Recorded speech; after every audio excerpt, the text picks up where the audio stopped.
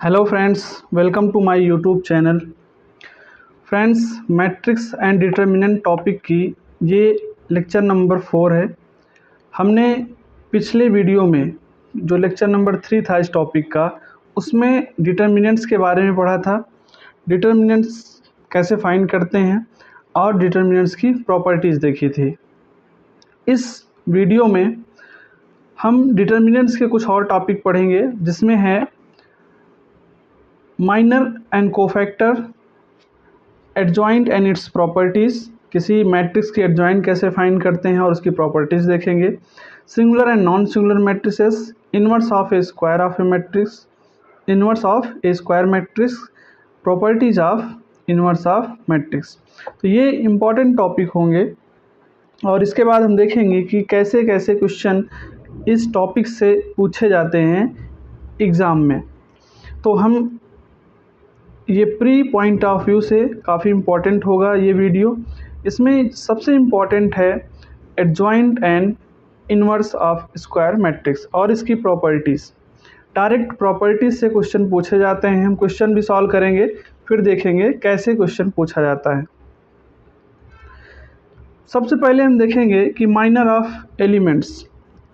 हमें ये एक चीज़ देखना है कि जो माइनर हम फाइंड करते हैं वो किसी एलिमेंट्स का फाइंड करेंगे। जैसे ये डिटर्मिनेंट हमको दिया है 3x3 मैट्रिक्स का डिटर्मिनेंट है। इसमें हम माइनर जैसे हमारे एलिमेंट होते हैं A11, A12, A13, A21, A22, A23, A31, A32, A33। अगर ये हमारा मैट्रिक्स का डिटर्मिनेंट है तो इसमें किसी पर्टिकुलर एलिमेंट का हम माइनर फाइंड करते हैं। कैसे फाइंड करेंगे? फार्मूला है हमारे पास, जो MIJ होता है, माइनर को हम M से डिनोट करते हैं। तो किसी पर्टिकुलर एलिमेंट I, J के लिए MIJ फाइंड करते हैं। वो क्या होता है? Determinant obtained by removing ith row and jth column. अब हमें समझना है, जैसे हम अगर चाहें कि हम M13 फाइंड करना चाह रहे हैं, किसका? ये माइनर है एलिमेंट A13 का। अब इसका माइनर फाइंड करने के लिए हमें एक डिटर्मिनेंट फाइंड करना होगा और उसके एलिमेंट क्या होंगे? ये एलिमेंट जिस रो में है, ith रो मतलब फर्स्ट रो में है तो फर्स्ट रो को कैंसिल करेंगे, और थर्ड कॉलम में है थर्ड कॉलम को कैंसिल करेंगे। तो जो ये एलिमेंट बचेंगे, इन्हीं एलिमेंट के डिटर्मिनेंट को क्या बोलते हैं? Minor of this element. जैसे एक एग्जांपल अगर हम लें, अगर एग्जांपल लेके देखें, कोई डिटर्मिनेंट दिया है, लेट्स 2 3 1 5 2 5 1 7 5। एक रैंडम मैट्रिक्स ले लिया 3x3 ऑर्डर की, और इसमें हम फाइंड करना चाह रहे हैं M23। M23 क्या है? ये एलिमेंट A23 का माइनर है। एलिमेंट A23 मतलब सेकेंड रो और थर्ड कॉलम में। तो सेकेंड रो और थर्ड कॉलम में ये एलिमेंट है। इसका माइनर फाइंड करने के लिए हम क्या करेंगे? इस रो को रिमूव करेंगे और ये कॉलम रिमूव करेंगे। जो हमारे पास बचेगा ये चार एलिमेंट्स, उनका डिटर्मिनेंट फाइंड करेंगे। 2 3 1 7। तो ये कितना हो जाएगा? 14 माइनस 3 बराबर 11। तो M23 इज इक्वल कितना मिला? 11। इसी तरह हम हर एलिमेंट्स का माइनर फाइंड कर सकते हैं। नेक्स्ट टॉपिक है इसी में कोफैक्टर ऑफ एलिमेंट्स। जिस तरह हम माइनर फाइंड करते हैं एवरी एलिमेंट्स का, उसी तरीके से हम कोफैक्टर फाइंड करेंगे। कोफैक्टर क्या होता है? ये माइनर से रिलेटेड होगा। अगर हम माइनर फाइंड कर पा रहे हैं तो कोफैक्टर किसी पर्टिकुलर एलिमेंट का कोफैक्टर जो होगा, इसको हम A से डिनोट करेंगे, कैपिटल A। तो किसी रैंडम एलिमेंट AIJ का जो कोफैक्टर होगा उसको हम क्या लिखेंगे? AIJ। अब इसका कोफैक्टर जो होगा वो माइनर में मल्टीप्लाइड होगा क्या, -1 पावर i प्लस जे। जो i होगा यहाँ j होगा, उसको सम करेंगे और -1 की पावर ले लेंगे। जैसे अगर ये हमारे पास डिटर्मिनेंट दिया है, इसका एक पर्टिकुलर कोई माइनर निकालते हैं, लेट्स m32। m32 मतलब अभी हमने देखा कि माइनर कैसे फाइंड करते हैं। तो तीसरी रो को हटाएंगे और दूसरी कॉलम को, तो ये कैंसिल होगा और ये बचेगा क्या एलिमेंट, 2 1 7 5। तो ये मिलेगा हमें 10 - 7 = 3। तो हमें m32 कितना मिल गया, 3। अब हमें इसे कोफैक्टर फाइंड करना है। तो कोफैक्टर क्या होगा, अगर इसको फाइंड करेंगे तो कोफैक्टर A32 अगर फाइंड करना है तो कितना होगा, -1 पावर 3 + 2 m32। -1 पावर 5 कितना हो जाएगा, -1 हो जाएगा, क्योंकि -1 की पावर ऑड माइनस होगा। और m32 कितना है, 3। तो इसका कोफैक्टर क्या मिल गया, -3। तो इसी तरह हम कोफैक्टर को फाइंड करेंगे। अब जो हमने डिटर्मिनेंट की डेफिनीशन देखी थी, जब डिटर्मिनेंट फाइंड करते हैं अगर उसको कोफैक्टर के टर्म में लिखें तो, जैसे हमारे पास ये डिटर्मिनेंट है, इस मैट्रिक्स का डिटर्मिनेंट निकालना है, तो हम डिटर्मिनेंट में क्या करते थे, वहाँ एक एलिमेंट लेते थे और इसके अक्रॉस रो और कॉलम को छोड़ के इस एलिमेंट का डिटर्मिनेंट लेते थे। फिर ऐसे ही करते थे, इसको हम फिर करके देख लेते हैं। A11 अगर इस रो के क्रॉस निकालना चाह रहे हैं तो A11 और -1 पावर 1 + 1, चूँकि वहाँ भी i j लेते थे, तो ये कितना होगा, इसका रो हटाओ कॉलम हटाओ, बचेगा A22 A23 A32 A33, फिर प्लस सेकेंड एलिमेंट A12, इसके बाद -1 पावर 1 + 2, और फर्स्ट रो और सेकंड कॉलम को रिमूव करने के बाद A21 A23 A32 A33, और लास्ट में इस एलिमेंट के करस्पॉन्डिंग A13 फर्स्ट रो और थर्ड कॉलम छूटेगा, और यहाँ -1 पावर क्या हो जाएगा, 1 + 3। और ये क्या था, इसके एलिमेंट बचेंगे A21 A22 A31 A32। अगर हम देखें ये जो डिटर्मिनेंट हमने यहाँ फाइंड करी है, ये डिटर्मिनेंट क्या है, कोफैक्टर है। अभी हमने कोफैक्टर के डेफिनेशन देखी, तो ये कोफैक्टर्स हैं। तो डिटर्मिनेंट की जो डेफिनेशन है उसको हम लिख सकते हैं, ये कौन सा कोफैक्टर है, इस एलिमेंट का A11 का, और A11 का कोफैक्टर क्या होगा, A11 कैपिटल A11।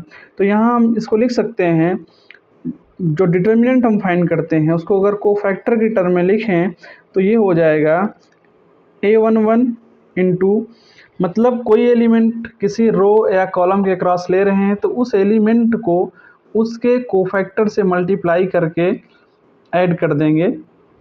यहाँ हमने फर्स्ट एलिमेंट को लिया और उसके कोफैक्टर को, सेकंड एलिमेंट लिया फर्स्ट रो का, फिर उसके कोफैक्टर को मल्टीप्लाई किया, फिर थर्ड एलिमेंट को लिया और उसके कोफैक्टर को मल्टीप्लाई किया। इसी तरह किसी रैंडम रो या कॉलम के क्रॉस ले सकते हैं हम।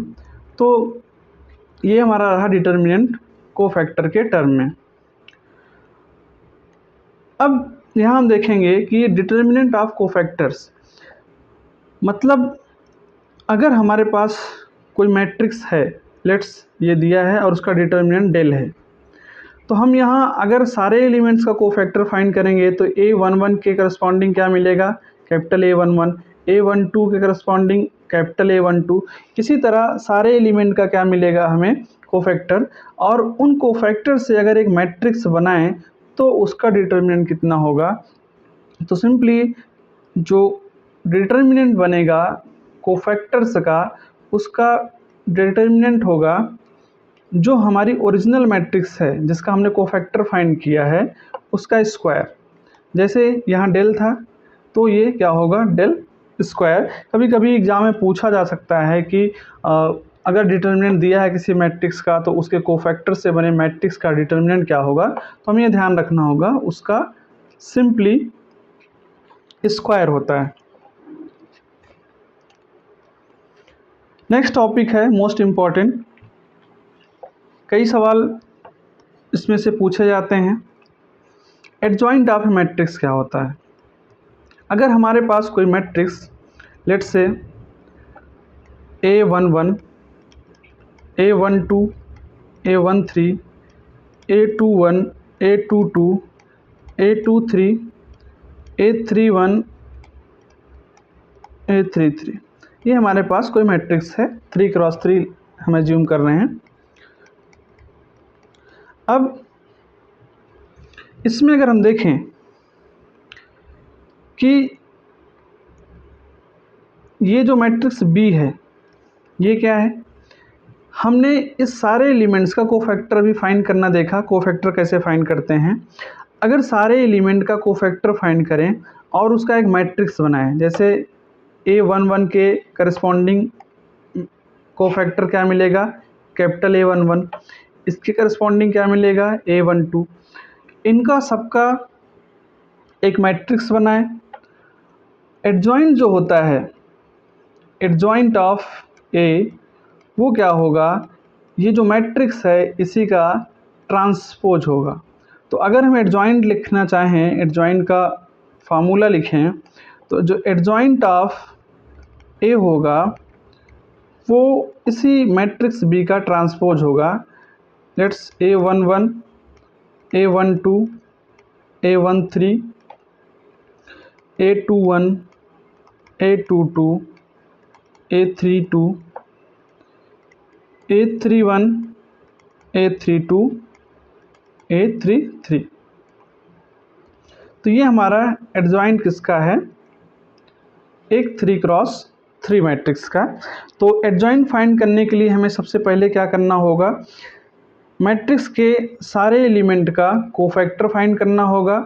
उसके बाद उस सारे कोफैक्टर जो मिलेंगे उसकी एक मैट्रिक्स B बनानी होगी और एडजॉइंट जो होगा उसी मैट्रिक्स का ट्रांसपोज होगा। अब इसी में एक पर्टिकुलर, अगर हम 2x2 मैट्रिक्स दी हो हमारे पास तो उसका एडजॉइंट कैसे निकालते हैं। एडजॉइंट ऑफ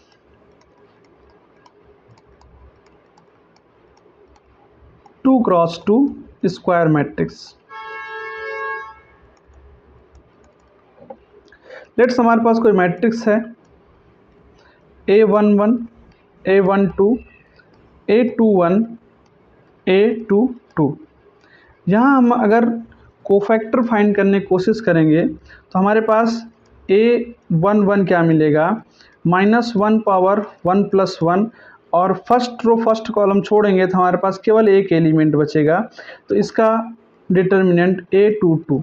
और कल हमने देखा था कि इसका डिटर्मिनेंट क्या होगा, यही एलिमेंट ही होगा। तो A11 क्या मिल गया, A22। इसी तरीके से A12 क्या मिलेगा, ये रो जाएगी, ये कॉलम, और हमारे पास क्या एलिमेंट बचेगा, A21। तो हमारे पास एलिमेंट बचेगा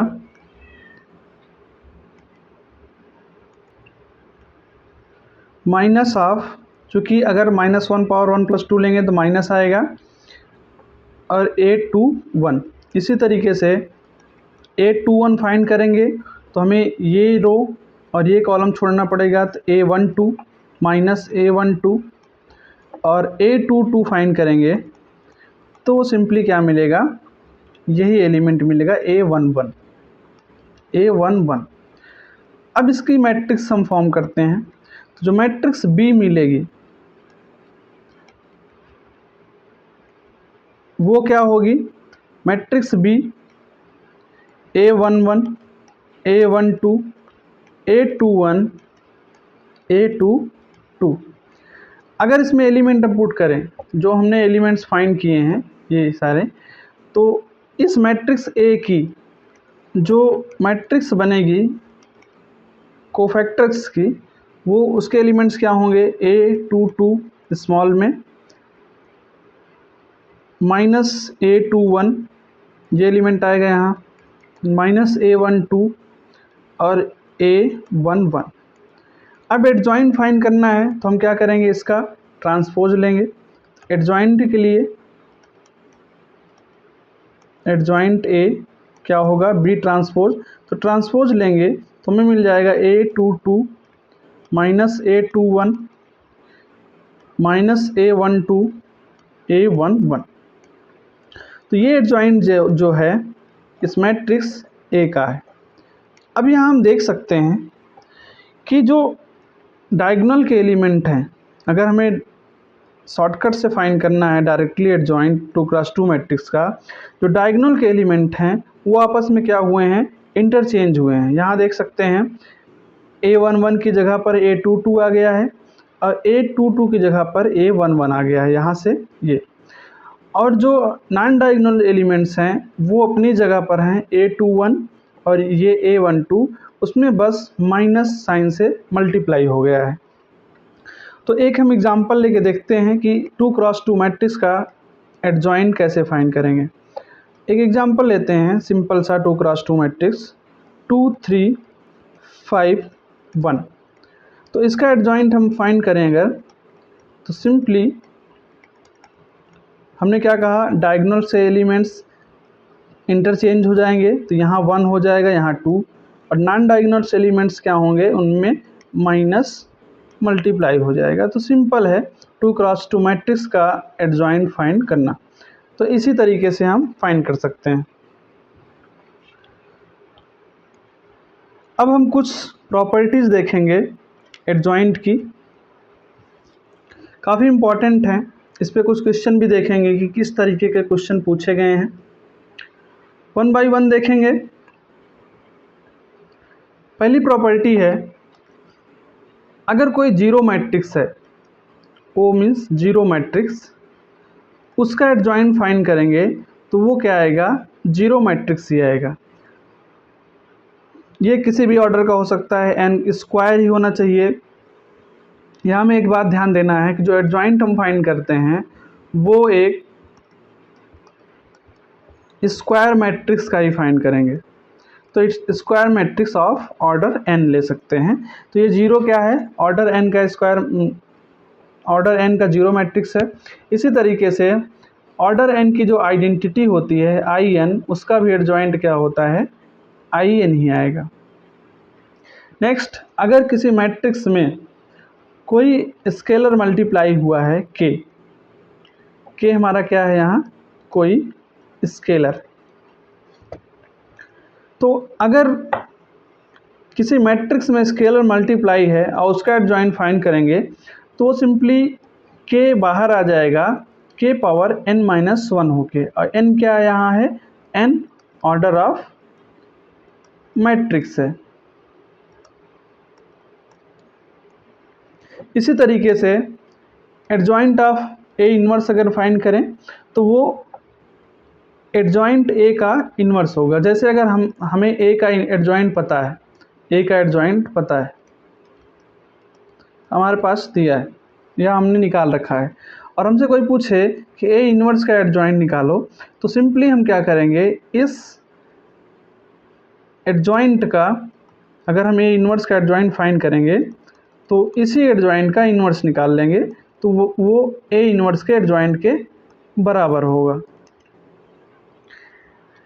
सिंपली ट्रांसपोज के लिए, अगर A ट्रांसपोज का एडजॉइंट फाइंड करना चाह रहे हैं तो एडजॉइंट A का हम ट्रांसपोज निकाल लेंगे, वो A ट्रांसपोज के एडजॉइंट के इक्वल होगा। अगर हमारे पास प्रोडक्ट ऑफ टू मैट्रिसेस दिया है A और B, उसका एडजॉइंट फाइंड करना है तो क्या आएगा, वो adjoint B into adjoint A हो जाएगा। ये लॉ हमने कई बार देख लिया है, इस लॉ को क्या बोलते हैं, reversal law. Reversal law method से ये जो मैट्रिक्स बाद में होगी उसका एडजॉइंट पहले आएगा, इनटू जो पहली मैट्रिक्स है एडजॉइंट उसका बाद में आएगा। तो adjoint of A into B is equal adjoint of B into adjoint of A. अब ये दो मैट्रिक्स का हमने देखा यहाँ ए और बी है। अगर इसी तरीके कई मैट्रिक्सेस हैं, 3 मैट्रिक्स हैं, 2 से ज़्यादा, 4, 5 या 10 कितनी भी मैट्रिक्स हैं, लेट्स से n मैट्रिक्स हैं, तो इनके प्रोडक्ट का अगर एडजॉइंट फाइंड करेंगे तो उसी रिवर्सल लॉ से पीछे साइड से जो लास्ट मैट्रिक्स है एडजॉइंट an पहले लिखेंगे, फिर इसी तरह मल्टीप्लाई करते हुए adjoint a2 up to adjoint an। तो प्रोडक्ट ऑफ मैट्रिसेस का जो एडजॉइंट निकलता है वो रिवर्सल लॉ से हम फाइंड कर लेंगे। नेक्स्ट प्रॉपर्टी है, अगर किसी मैट्रिक्स में उसके एडजॉइंट से मल्टीप्लाई करें, जैसे हमारे पास मैट्रिक्स ए है, ऑर्डर n की एक मैट्रिक्स ए है और उसके एडजॉइंट से मल्टीप्लाई करेंगे, चाहे प्री मल्टीप्लिकेशन करें या पोस्ट मल्टीप्लिकेशन करें, दोनों केस में हमें क्या मिलेगा result, determinant of A into identity n। ध्यान रहे ये एक मैट्रिक्स है ऑर्डर n की, जैसे अगर हम 3 क्रॉस 3 लें तो डिटर्मिनेंट हमारा यहाँ होगा, determinant a 0 0 0, determinant a 0 0 0, determinant a। तो ये एक मैट्रिक्स है। तो मैट्रिक्स का उसके एडजॉइंट से मल्टीप्लिकेशन क्या होता है, determinant a into identity matrix of order n। अब अगर हमें किसी मैट्रिक्स के एडजॉइंट को निकालने के बाद फिर से एडजॉइंट निकालना हो, हमने कई देखे हैं, जैसे ट्रांसपोज का ट्रांसपोज निकालते हैं तो वो क्या फिर से मैट्रिक्स से आ जाता है। उसी तरीके से अगर एडजॉइंट का एडजॉइंट फाइंड करें तो क्या आएगा, यहाँ determinant of a power n-2 into a होगा। जैसे अगर हमारे पास कोई ऑर्डर 3 की मैट्रिक्स है, लेट्स ए क्या है 3 क्रॉस 3 की मैट्रिक्स है। अब इसका एडजॉइंट ए निकालना चाह रहे हैं, तो हमारे पास डिटर्मिनेंट a पावर n-2 मतलब 3 - 2 कितना हो जाएगा 1, तो 3 - 2 इंटू ए, तो ये कितना हो जाएगा डिटर्मिनेंट a इंटू ए। इसी तरीके से अगर ऑर्डर बढ़ाते जाएंगे तो ये पावर बढ़ती जाएगी। तो सिंपली अगर 3 क्रॉस 3 ऑर्डर की मैट्रिक्स है तो उसका एडजॉइंट निकालना है, तो ए में डिटर्मिनेंट ऑफ ए का मल्टीप्लिकेशन कर देंगे तो वो एडजॉइंट ऑफ एडजॉइंट ए हो जाएगा। अब अगर इसी का डिटर्मिनेंट फाइंड करना है तो अब अगर डिटर्मिनेंट फाइंड करेंगे, जैसे हमारे पास एडजॉइंट ऑफ एडजॉइंट ए है, उसका डिटर्मिनेंट फाइंड करेंगे तो हमें क्या मिलेगा, determinant of A power n-1 का होल स्क्वायर। ये बहुत इंपॉर्टेंट फार्मूलेज हैं, इनको ध्यान रखना है, डायरेक्ट क्वेश्चन पूछते हैं प्री में इसी से। और अगर r टाइम एडजॉइंट फाइंड कर रहे हैं, जैसे अभी adjoint of adjoint of adjoint r times find कर रहे हैं a का, तो उसका जो डिटर्मिनेंट होगा वो क्या हो जाएगा, determinant a power n-1 power r। तो ये कुछ बेसिक प्रॉपर्टीज़ थी डिटर्मिनेंट की, एडजॉइंट की। अब हम कुछ क्वेश्चन देखेंगे इन्हीं प्रॉपर्टी बेस पर।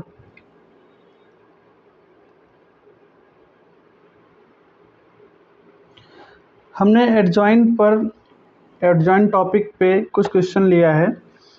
पहला क्वेश्चन है, if A is a square matrix of order n then adjoint of adjoint A is. ये क्वेश्चन प्रॉपर्टी बेस्ड है और ये क्वेश्चन पूछा गया था जो GIC प्रवक्ता का एग्ज़ाम हुआ था 2021 में, और उसके साथ ही आश्रम पद्धति इंटर कॉलेज जो GIC का एग्ज़ाम हुआ था उसमें भी। दोनों एग्ज़ाम एक सप्ताह के अंतर पे हुए थे और दोनों में ये क्वेश्चन आया था। तो ये क्वेश्चन अभी हमने देखा प्रॉपर्टी पर ही है। ये प्रॉपर्टी अभी हमने देखी adjoint of A is equal determinant of A power n minus 2 into A. तो ये option number C direct property पे क्वेश्चन था प्री में। नेक्स्ट क्वेश्चन प्रॉपर्टी पे ही है। Let A B A square matrix of order 3 such that determinant of A is 5। मतलब एक कोई स्क्वायर मैट्रिक्स ए है जिसका डिटर्मिनेंट क्या दिया है 5। तो डिटर्मिनेंट ऑफ एडजॉइंट ऑफ ए, तो अभी हमने प्रॉपर्टी में फार्मूला पढ़ा था कि determinant of adjoint A is equal determinant of A power n minus 1 square, n minus 1 square. ये अभी हमने प्रॉपर्टी देखी। तो सिंपली डिटर्मिनेंट ए दिया है 5, तो ये हो जाएगा 5 और n का मान कितना है, ऑर्डर 3 की मैट्रिक्स है तो n का मान 3 है, तो ये हो जाएगा 3 माइनस 1 स्क्वायर, तो ये हो जाएगा 5 power 3 minus 2 square 4 is equal to 625। ये 625 हो जाएगा। नेक्स्ट क्वेश्चन है एडजॉइंट पे ही आधारित क्वेश्चन है, पीजीटी 2021 में पूछा था, लेकिन इसमें एक एडिशनल कॉन्सेप्ट की ज़रूरत है जिसमें कहा है ए इज ए सिंगुलर मैट्रिक्स। तो पहले हम सिंगुलर मैट्रिक्स पढ़ते हैं और उसके बाद ये क्वेश्चन सॉल्व करेंगे। तो सिंगुलर मैट्रिक्स पढ़ने से पहले हम देखेंगे इन्वर्टिबल मैट्रिक्स। इन्वर्टिबल मैट्रिसेस क्या होती हैं? ऐसी मैट्रिक्स जिनका हम इन्वर्स फाइंड कर सकें वो इन्वर्टिबल मैट्रिक्स होती हैं। और इन्वर्स मैट्रिक्स का क्या होगा, ए अगर कोई हमारी square matrix of order n है, ऑर्डर n की कोई स्क्वायर मैट्रिक्स है, उसके लिए कोई मैट्रिक्स बी एग्जिस्ट कर रही है ऑफ सेम ऑर्डर ए, उसी ऑर्डर की एक मैट्रिक्स ऐसी एग्जिस्ट कर रही है कि उनका जब हम प्रोडक्ट करते हैं, ए और बी का प्रोडक्ट करें या बी इंटू ए, चाहे ऑर्डर कोई किसी भी ऑर्डर में प्रोडक्ट करें, वो आइडेंटिटी मिले हमें प्रोडक्ट करने के बाद ऑफ ऑर्डर n। तो ऐसे कंडीशन में हम ये कहेंगे कि जो मैट्रिक्स ए है वो इन्वर्टिबल है और मैट्रिक्स ए का इन्वर्स क्या है, बी। वहाँ हम क्या लिख सकते हैं, कह सकते हैं कि ए इन्वर्स एग्जिस्ट कर रहा है और ए इन्वर्स इज इक्वल क्या है, बी। एक चीज़ और ध्यान देना होगा, अगर मैट्रिक्स ए का इन्वर्स बी है तो हम ये कह सकते हैं कि बी का इन्वर्स क्या है, ए है। मतलब अगर कोई मैट्रिक्स बी ए का इन्वर्स है, इसका मतलब वो रिवर्स भी ट्रू है कि बी इन्वर्स क्या होगा, ए होगा। तो ये इन्वर्टिबल मैट्रिसेस और मैट्रिक्स का इन्वर्स है। नेक्स्ट टॉपिक है सिंगुलर मैट्रिक्स। सिंगुलर मैट्रिक्स क्या होता है, हमने डिटर्मिनेंट पढ़ा। अगर हमारे पास कोई मैट्रिक्स ए है, square matrix of order n है, और उसका हम डिटर्मिनेंट फाइंड कर रहे हैं। डिटर्मिनेंट कैलकुलेट करने के बाद हमें ये दिखा कि डिटर्मिनेंट क्या है, 0 है। डिटर्मिनेंट 0 है तो वो मैट्रिक्स क्या कही जाएगी, singular matrix. Simple determinant find करके हम कह सकते हैं कि मैट्रिक्स सिंगुलर है या नहीं। इस पर एक क्वेश्चन हमने यहाँ लिया है, पूछता है कभी कभी एग्ज़ाम में कि the matrix is not invertible. Not invertible मतलब अगर कोई मैट्रिक्स हमारी सिंगुलर मैट्रिक्स है, मतलब किसी मैट्रिक्स का डिटर्मिनेंट 0 है, तो हम ये कह सकते हैं कि ये मैट्रिक्स क्या होगी, नॉट इन्वर्टिबल। मतलब ऐसे मैट्रिक्स का हम इन्वर्स नहीं फाइंड कर सकते हैं, तो सिंगुलर मैट्रिक्स का इन्वर्स फाइंड नहीं कर सकते हैं। अब ये क्वेश्चन सॉल्व करेंगे। क्वेश्चन में क्या है कि matrix is not invertible for lambda की वैल्यू, एक वेरिएबल इसमें लेम्डा दे दिया है, और ये कहा है कि मैट्रिक्स नॉट इन्वर्टिबल है किस वैल्यू लेमडा की वैल्यू के लिए। तो हम सपोज करते हैं कि मैट्रिक्स नॉट इन्वर्टिबल है, तो इसका डिटर्मिनेंट क्या होगा 0, 2, -1, 3, लेमडा 0, 7, -1, 1, 4, इसका डिटर्मिनेंट कितना होगा 0। फाइंड करते हैं डिटर्मिनेंट कितना होगा 2, 4 इंटू 0 और ये होगा 1 इंटू 7, तो 0 - 7 माइनस, और माइनस यहाँ ऑलरेडी है तो माइनस माइनस 1 हो जाएगा, और ये इसको छोड़ने के बाद 4 लेमडा प्लस 7 और प्लस 3 लेमडा -0, ये हमारा डिटर्मिनेंट को सॉल्व करने पे मिला है। ये कितना होगा -14, ये प्लस हो जाएगा, plus 4 lambda plus 7 plus 3 lambda is equal 0। यहाँ से क्या मिलेगा वैल्यू 7 लेमडा और -7 इज इक्वल 0, यहाँ से हमें मिलेगा लेमडा इज इक्वल 1। तो लेमडा इज इक्वल 1 के लिए ये मैट्रिक्स क्या होगी, नॉट इन्वर्टिबल या सिंगुलर होगी। तो ऐसे क्वेश्चन भी पूछते हैं एग्जाम में। अभी हमने पढ़ा ये सिंगुलर मैट्रिक्स, हमने ये क्वेश्चन यहाँ कहा था कि सिंगुलर मैट्रिक्स पढ़ने के बाद देखेंगे। ये इस क्वेश्चन में है कि ए क्या है हमारा, कोई सिंगुलर मैट्रिक्स है, मतलब सिंगुलर मैट्रिक्स का मतलब है डिटर्मिनेंट ऑफ ए क्या है 0 है। Then A into adjoint A, find करना है value A into adjoint A की वैल्यू। अभी हमने प्रॉपर्टीज़ में देखा था कि ए इंटू एडजॉइंट ए, किसी मैट्रिक्स और मैट्रिक्स का उसके एडजॉइंट का मल्टीप्लिकेशन, ये यहाँ देखा था किसी मैट्रिक्स और उसके एडजॉइंट का मल्टीप्लिकेशन जो होता है वो क्या होता है determinant of A into I N. अब इसी फार्मूले से हम क्या यूज करेंगे, determinant of A into I N जिस ऑर्डर की मैट्रिक्स ए होगी। अब यहाँ ये सिंगुलर मैट्रिक्स है तो डिटर्मिनेंट क्या है 0 है। डिटर्मिनेंट 0 होगा तो यहाँ पुट करेंगे तो ए इंटू एडजॉइंट ए क्या मिल जाएगा 0, 0 इंटू आई एन, मतलब ये 0 मैट्रिक्स बन जाएगी। इसका मतलब ए इंटू एडजॉइंट ए क्या होगा, एक 0 मैट्रिक्स या नल मैट्रिक्स। ऑप्शन क्या होगा, बी करेक्ट होगा। ये क्वेश्चन पीजीटी 2021 में पूछा गया था। इसके बाद हम देखेंगे नॉन सिंगुलर मैट्रिक्स। जैसे हमने सिंगुलर देखा, सेम उसी तरीके नॉन सिंगुलर, जब डिटर्मिनेंट 0 था तो सिंगुलर थी। तो किसी n cross n square matrix A के लिए अगर डिटर्मिनेंट हमारा नॉन ज़ीरो फाइंड कर रहे हैं, डिटर्मिनेंट फाइंड करने के बाद क्या मिल रहा है वो 0 नहीं है, मतलब कोई नॉन ज़ीरो वैल्यू है, उस कंडीशन में हम क्या कहेंगे कि ये मैट्रिक्स क्या है नॉन सिंगुलर। और ऐसी मैट्रिक्स जो नॉन सिंगुलर होती हैं वो मैट्रिक्स क्या होती हैं इन्वर्टिबल। इन मैट्रिक्स का जो इन्वर्स होगा वो एग्जिस्ट करेगा। इस पर एक थ्योरम भी है।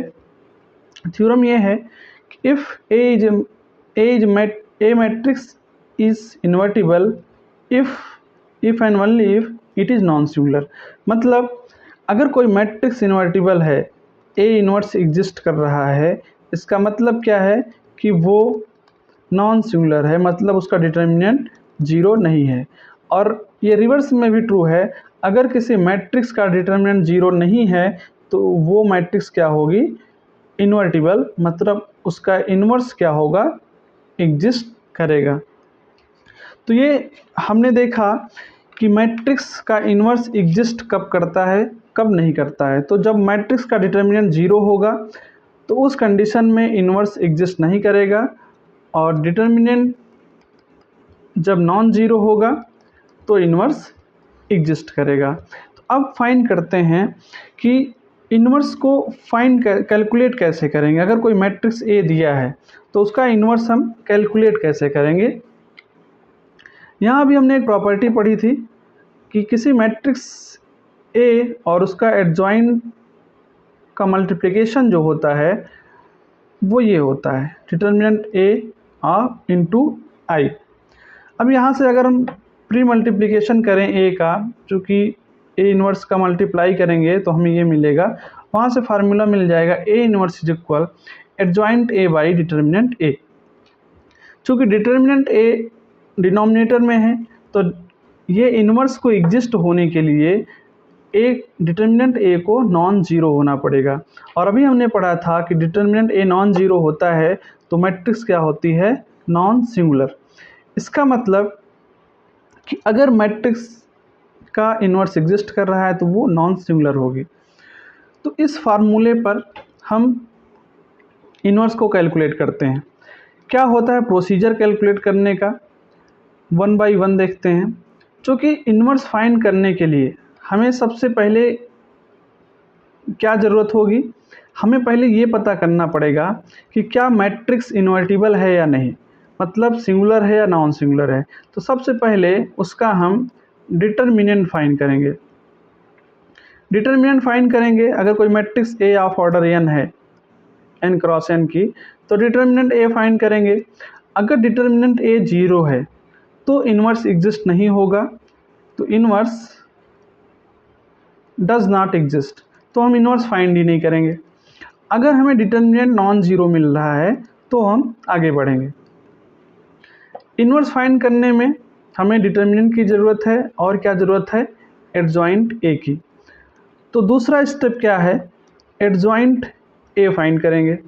और एडजॉइंट ए फाइंड करने के लिए हमने देखा था कि हमें क्या फाइंड करना है कि मैट्रिक्स के एलिमेंट्स के कोफैक्टर्स, और कोफैक्टर्स को फाइंड करने के बाद उस, जैसे अगर हम एक 3x3 मैट्रिक्स लें, लेट से A11 A12 A13 21 22 23 A31 32 33। अब इसका हम कोफैक्टर निकालेंगे जो मैट्रिक्स बनेगी। तो इसका एडजॉइंट क्या होता है, इसका एडजॉइंट जो हमने फाइंड किया था वो सिंपली इस जो कोफैक्टर्स निकलेंगे उस मैट्रिक्स का ट्रांसफ़र। तो A11 जो कोफैक्टर हमने निकाला था, A12 A13 21 22 23, ये मैट्रिक्स है जो इसके कोफैक्टर से बनी हुई है, ओरिजिनल मैट्रिक्स के कोफैक्टर से, इसका ट्रांसपोज। तो ये एडजॉइंट हम फाइंड कर लेंगे और उसके साथ साथ हमें डिटर्मिनेंट मिल जाएगा। तो जो ए इन्वर्स होगा वो क्या होगा, A inverse is equal adjoint of A by determinant A. तो इसी प्रोसीजर से हम inverse of A square matrix को फाइंड कर सकेंगे।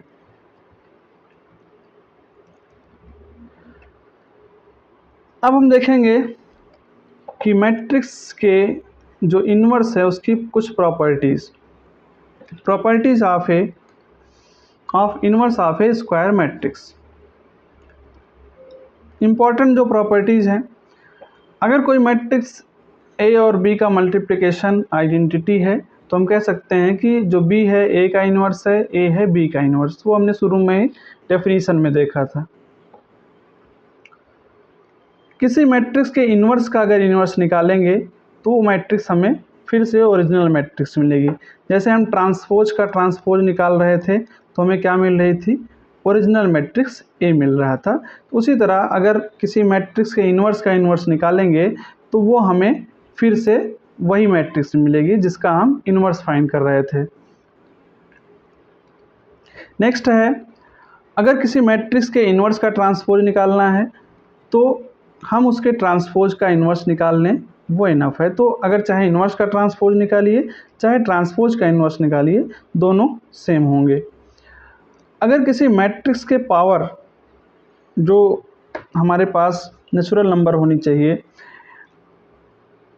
अगर उसका इन्वर्स निकालते हैं, जैसे ए स्क्वायर का इन्वर्स निकालना है, तो हम क्या कर सकते हैं, ए इन्वर्स निकाले पहले और उसका स्क्वायर कर दें। नेक्स्ट है रिवर्सल लॉ, जो अभी तक हम पढ़ते आए हैं, वो इन्वर्स में भी है। अगर किसी मैट्रिक्स के प्रोडक्ट का इन्वर्स फाइंड करना है तो वो रिवर्सल लॉ में उनके इंडिविजुअल जो इन्वर्स हैं उनके प्रोडक्ट के बराबर होगा। बस हमें ध्यान देना है कि अगर a इंटू बी बाद में है तो लास्ट में ये इसमें पहले आ जाएगा, तो b inverse into A inverse.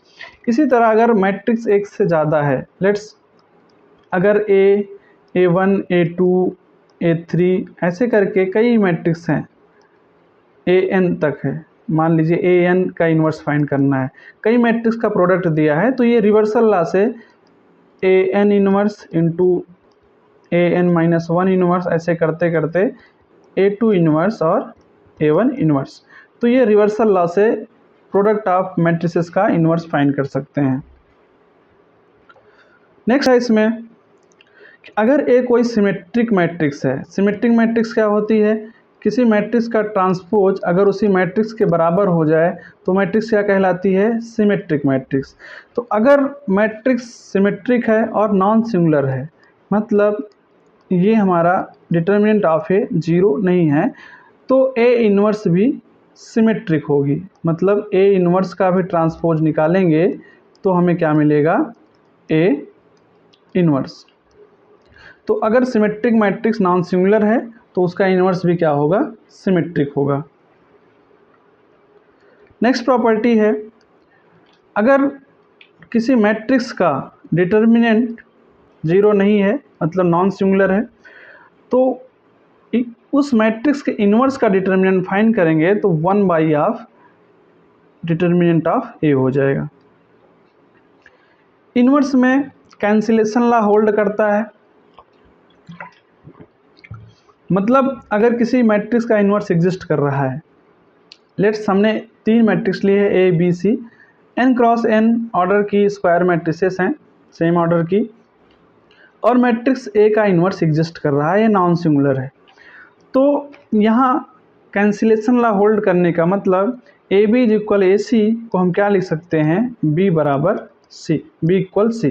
कैसे? चूँकि इन्वर्स एग्जिस्ट कर रहा है तो इसमें हम ए इन्वर्स का प्री मल्टीप्लिकेशन कर देंगे, ए इन्वर्स ए सी, और ए इन्वर्स ए कितना होता है? आइडेंटिटी, तो यहाँ से मिलेगा आई बी इज इक्वल आई सी, और बी में आई का मल्टीप्लिकेशन करेंगे तो हमें बी मिल जाएगा और सिमिलरली सी मिल जाएगा। इसी तरीके से जब हम पोस्ट मल्टीप्लिकेशन करेंगे B A inverse is equal C A inverse, तो यहाँ हमको क्या मिल जाएगा? B is equal C.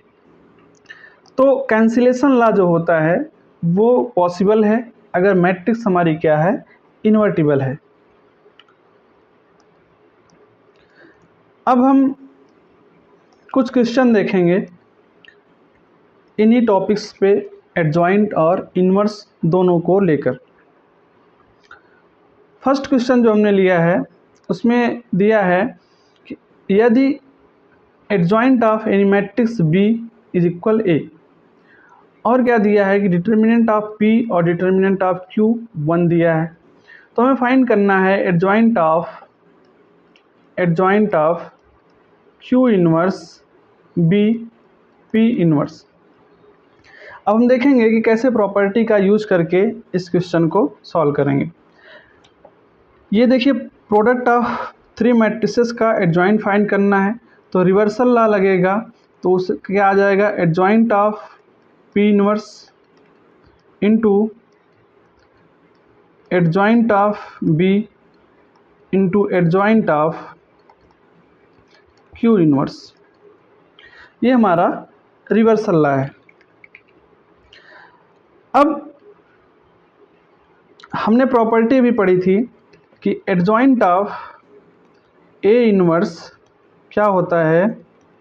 Adjoint of ए का इन्वर्स। इसका यूज करेंगे तो हमें क्या मिल जाएगा? यहाँ ये हो जाएगा adjoint of P inverse, adjoint of B और एडजॉइंट ऑफ क्यू इन्वर्स। अब हम इस एडजॉइंट पी और एडजॉइंट क्यू की वैल्यू फाइंड करेंगे।